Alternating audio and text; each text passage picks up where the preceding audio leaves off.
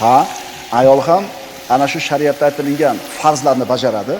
Ana shulardan keyingi birinchi turadigan ibodati bu o'zining erini va farzandlarini rioyasini qilish.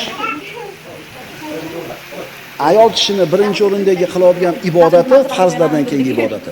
Erini xizmatini qilish, bolalarning xizmatini qilish.